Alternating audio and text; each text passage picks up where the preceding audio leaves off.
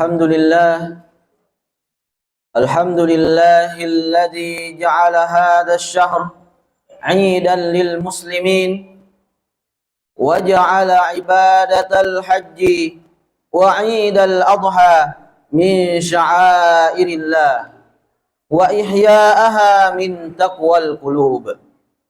أشهد أن لا إله إلا الله وحده لا شريك له إياه نعبد وإياه نستعين وأشهد أن محمدا عبده ورسوله المبعوث رحمة للعالمين بشيرا ونذيرا وداعيا إلى الله بإذنه وسراجا منيرا.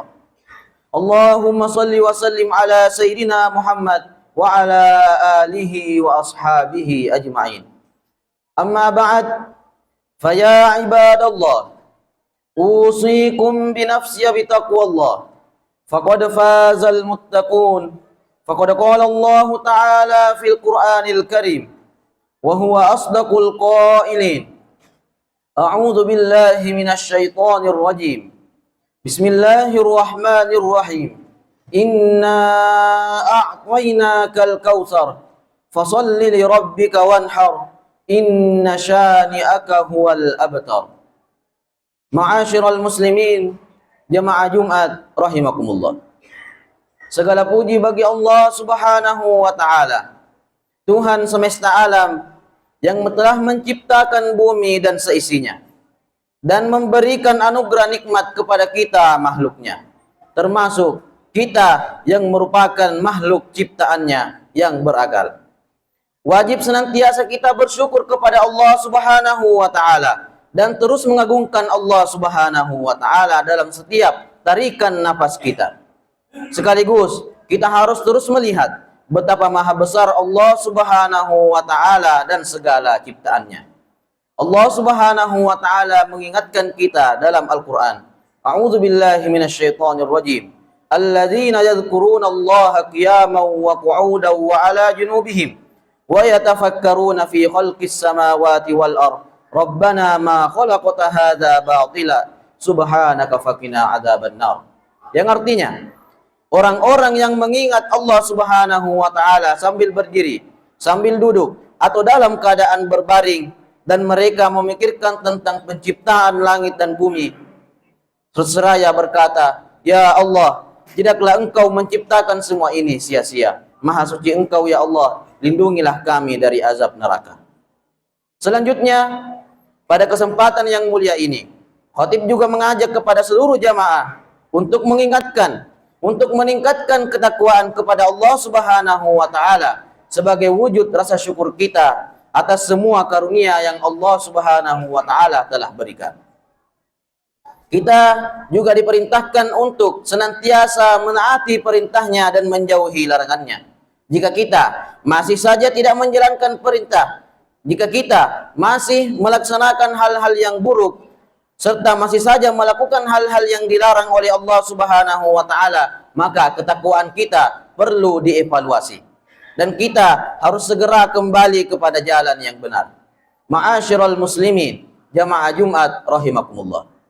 Salah satu dari bulan-bulan yang dimuliakan Allah Subhanahu wa taala ialah bulan ini, yaitu bulan Zulhijjah, yang berarti bahwa bulan yang di dalamnya terdapat pelaksanaan ibadah haji dan pelaksanaan Idul Adha. Dalam bahasa kita sering disebut dengan bulan besar, karena di dalam bulan ini terdapat peristiwa besar, yaitu berkumpulnya jutaan umat Islam di padang Arafah untuk melakukan wukuf sebagai bagian dari rangkaian ibadah haji. Bagi kita yang tidak melaksanakan ibadah haji, kita disunnahkan untuk berpuasa, terutama pada hari Tarwiyah dan pada hari Arafah yang jatuh pada esok hari dan hari Ahad.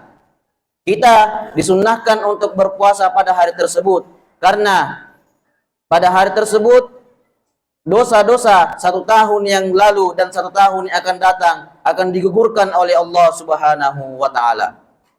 Rasulullah sallallahu alaihi wasallam bersabda, "Ma min ayyamil amalis shalih fiha habbu ila Allah min hadhil ayyami yakni ayyamil ashr. Qalu ya Rasulullah, walal jihad fi sabilillah? Qal walal jihad fi sabilillah illa rajulun kharaja bi nafsihi wa malihi falam yurja' min dzalika syai'un. Yang artinya, tidak ada perbuatan yang lebih disukai oleh Allah Subhanahu wa taala daripada perbuatan baik yang dilakukan pada 10 hari pertama di bulan Zulhijjah. Para sahabat bertanya, "Ya Rasulullah, walaupun jihad fi sabilillah?" Rasulullah kemudian bersabda, "Ya, walaupun jihad fi sabilillah, kecuali seorang lelaki yang keluar dengan dirinya dan harta bendanya, kemudian dia kembali tanpa membawa apa-apa." Ma'asyiral muslimin, jamaah Jumat rahimakumullah. Di antara wujud ketakwaan kita ialah mematuhi dan menjalankan perintah Allah Subhanahu wa taala. Yaitu melaksanakan dengan keikhlasan diri kita perintah Allah Subhanahu wa taala, melaksanakan ibadah kurban di hari raya Idul Adha. Berkurban adalah perintah Allah Subhanahu wa taala yang disampaikan melalui Nabi Muhammad sallallahu alaihi wasallam, dan secara tegas di dalam Al-Qur'an disebutkan dalam surah Al-Kautsar. A'udzu billahi minasyaitonir rajim. Bismillahirrahmanirrahim. Inna a'tainakal kautsar fasholli rabbika wanhar inna syani'aka huwal abtar. Yang artinya, sungguh kami telah memberimu Muhammad nikmat yang banyak, maka laksanakanlah salat karena Tuhanmu dan berkurbanlah sebagai ibadah dan mendekatkan diri kepada Allah. Sungguh orang-orang yang membencimu dialah orang yang terputus dari rahmat Allah. Dari ayat ini kita bisa memahami bahwa kurban merupakan ibadah yang memiliki hubungan langsung kepada Allah Subhanahu wa taala. Dengan melaksanakan kurban, kita menyambungkan diri kita untuk mendekatkan diri kepada Allah Subhanahu wa taala. Selain itu, selain mendekatkan diri kepada Allah Subhanahu wa taala, kurban juga memiliki sisi lain, yaitu yang berkurban mengeluarkan rezekinya berupa harta untuk dibelanjakan, kemudian menyembelih untuk dibagikan kurbannya kepada orang lain. Ibadah ini tentu akan berdampak positif bagi kita, bagi kehidupan, dan mampu menumbuhkan nilai-nilai dan kebersamaan di antara individu dalam sebuah masyarakat. Terlebih lagi bagi mereka kaum fakir dan miskin yang membutuhkan uluran tangan kita dengan berbagi kegembiraan. Jika di hari raya Idul Fitri kita berbagi kebahagiaan zakat fitrah, maka pada Idul Adha ini kita berbahagia bersama dengan berbagi daging kurban. Ma'asyiral muslimin, jemaah Jumat rahimakumullah. Aspek sosial dalam ibadah kurban jelas terlihat ketika seorang hamba berbagi kebahagiaan, terutama dengan masyarakat kurang mampu untuk dapat menikmati daging kurban, baik berupa sapi, domba maupun kambing.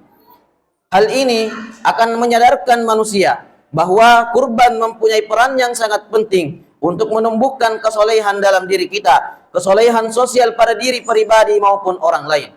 Jadi, dampak ibadah kurban bukan hanya satu arah, melainkan saling timbal balik memunculkan kebaikan. Tentu sempit jika kepedulian kepada sesama manusia dimaknai dengan ibadah kurban saja. Ibadah kurban hanya salah satu amal soleh yang dianjurkan oleh Allah Subhanahu wa taala, yang mana hal ini diambil dari pelajaran dan sejarah Nabi Ibrahim alaihissalam, Nabi Ismail, dan Siti Hajar. Ketiga orang mulia ini bahkan menjadi penuntun umat muslim dalam menjalankan tahapan-tahapan dalam ibadah haji. Dan dalam momen Idul Adha ini, Nabi Ibrahim dan keluarganya merupakan teladan penghambaan terbaik manusia kepada Tuhannya. Sebab itu, ibadah haji dan kurban tidak hanya sebatas ritual saja, tetapi bagaimana menjadikan peristiwa Nabi Ibrahim alaihissalam dan hal-hal yang melingkupinya dijadikan sebagai hal yang berharga untuk mendekatkan diri kepada Allah Subhanahu wa taala, bukan justru menghamba pada ritual-ritual tersebut. Ma'asyiral muslimin, jamaah Jumat rahimakumullah. Saat ini perlu kita maksimalkan kembali tradisi-tradisi berkumpul untuk merekatkan kembali hubungan sosial kita antar individu masyarakat. Perlu adanya kesadaran kembali pentingnya berinteraksi secara fisik dan mental kepada masyarakat.